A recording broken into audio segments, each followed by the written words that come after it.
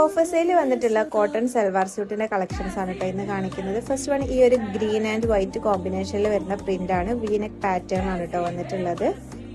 Next one ഈ ഒരു military green and white combination ആണ്. വീനെക്ക് പാറ്റേണിൽ മിറർ വർക്ക് ആണ് കേട്ടോ നെക്കിൽ വന്നിട്ടുള്ളത്. പ്ലെയിൻ ദുപ്പട്ട ആണ്. ഓൾ ഓവർ ഒരു ബുട്ടി വർക്ക് വരുന്നുണ്ട്.